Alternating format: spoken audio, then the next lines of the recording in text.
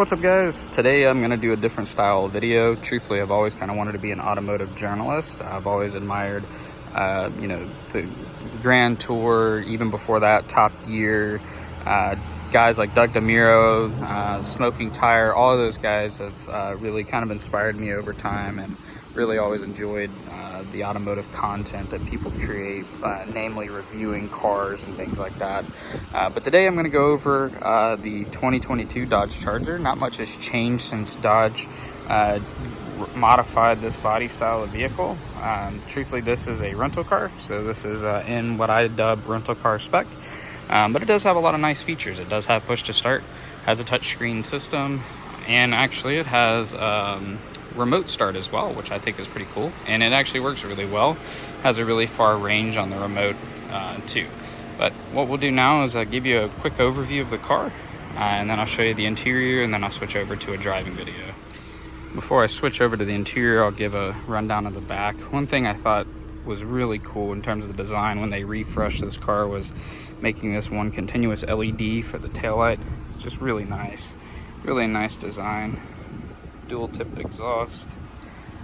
Something I'm going to point out in the driving video is that this car has a really good ride, and I frankly attribute it to the tires. These Michelins do a really good job of absorbing a lot of road noise. They also cushion the ride, make it really soft, particularly over bumps. But I think a lot of people they underappreciate having a thicker tire. I'm all about closing in the wheel gap and lowering the car. I think it does look better. I'm also a big fan of the big wheels, don't get me wrong there. But admittedly, those rubber bands tires are what is contributing to a lot of harsh rides in a lot of modern vehicles today. So I think having a base spec car gives you an appreciation for having that quality ride. Not sure how well that's gonna record. I don't have a suction cup mount, but I'm driving the 2022 Dodge Charger. Just giving my overall impressions. Total transparency, this is a rental car, but it is a pretty nice rental car, I have to say. I'm pretty impressed. This is the second Dodge Charger that I've driven, recent Dodge Charger, I should say.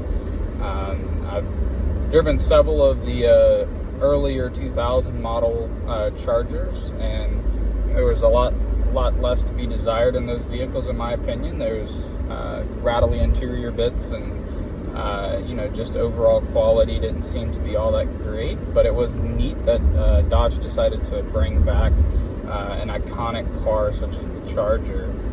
With that being said, this 2022 model, again, it's as I dub rental car spec. So as you can imagine, it's pretty much the base model V6 trim. It does have nice features such as the keyless.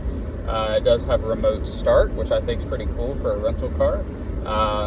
The interior overall, though, even though this is, as I keep dubbing it, rental car spec, it does come with the touch screen, which I think they come standard with that now. Has fairly nice cloth seats that feel pretty durable. They feel like they're going to hold up over time, at least. I also think it's pretty good at how quiet it is. I'll shut up for a second and just let you hear the road noise.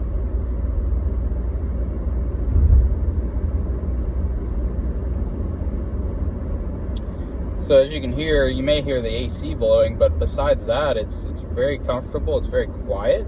I will say this car is equipped with Michelin tires, quite thick Michelin tires at that. Because the base model rental car spec, you don't get very large wheels. But frankly, if you're familiar with a lot of the kind of more comfortable vehicles that are out there, a lot of times they use the tires to absorb a lot of not only just the impacts of the road, but also helps with kind of cushioning the ride overall.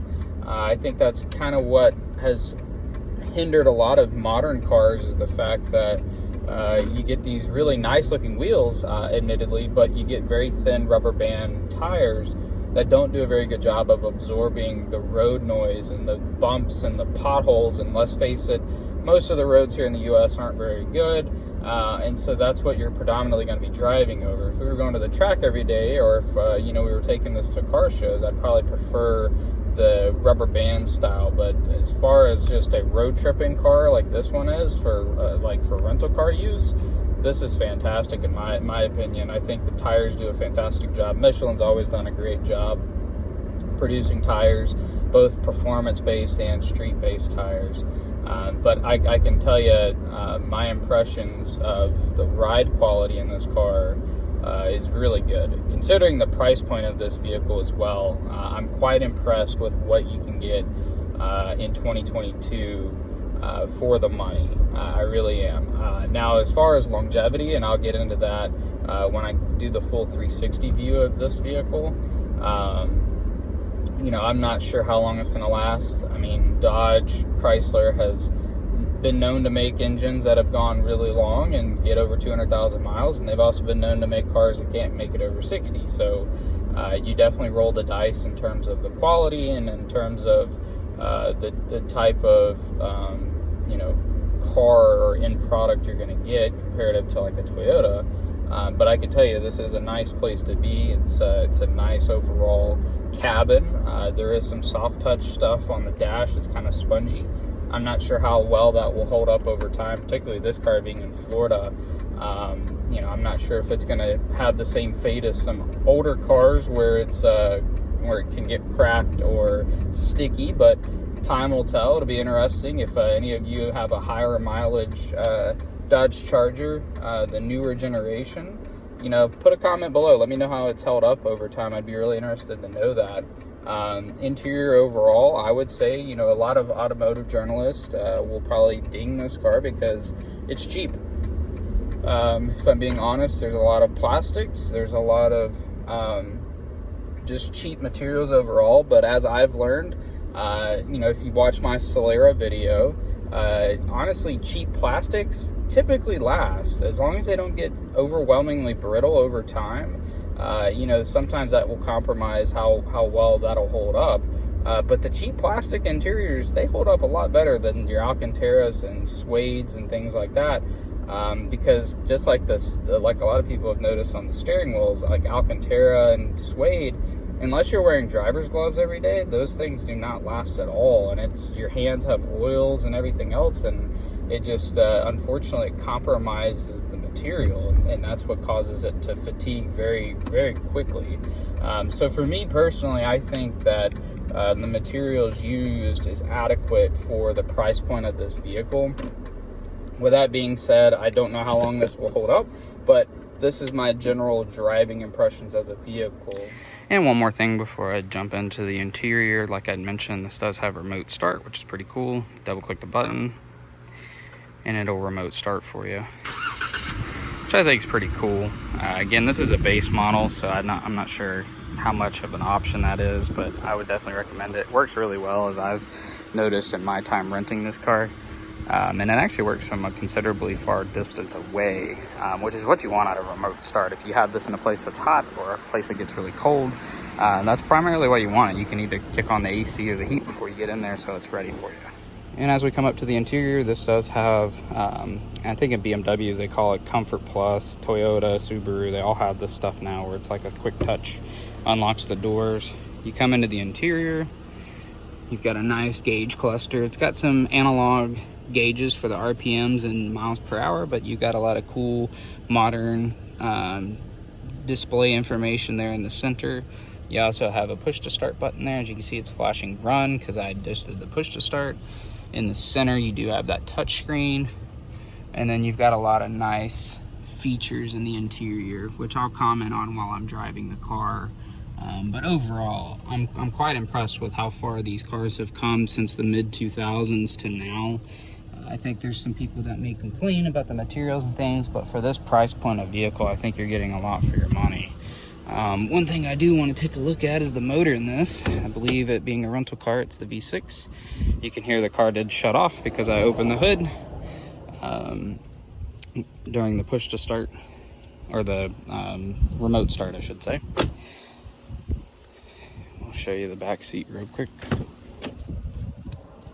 One thing I do think is cool is a lot of cars now, especially four-doors, are adding these USB ports and the vents. You know, if you're on a road trip, or even if you have kids, those are obviously going to be very helpful with everybody having their devices nowadays. But overall, I mean, kind of nice pleather material here, give you a nice armrest for you on those long road trips. Some softer plastics or materials probably would have been preferred here, but as I mentioned before, these plastics tend to hold up a lot better than those materials. All right, so now we're under the hood. One thing I will immediately point out is I appreciate the fact that they put hood struts, not a hood prop. In 2022, I don't understand why all cars don't come with that. I guess cost and weight may have something to do with it, but frankly, that is so much better to work with. As you can see, it's got the 3.6 liter, which I believe is the same engine they have in Jeeps, minivans. It's pretty cool. The black hose clamp to kind of help it blend in. But overall, pretty plain Jane engine. I'm not sure how reliable these things are, frankly. Have a imported charger badge here, which is pretty cool. But overall, I think for the money, these are pretty good cars. Again, I'm not commenting on the longevity of them. Dodge has kind of always been hit and miss on the longevity of their vehicles, but I would say overall, the styling, everything come a really long way. The headlights I think are really cool too. They have a nice little wraparound LED, and then it switches to the blinker when you do that. But overall, for the new 2022 Dodge Charger, especially in the rental car spec that I have it in right now, it's a really good car. It'd be interesting if anyone can tell me how well theirs have held up. Really interested to know,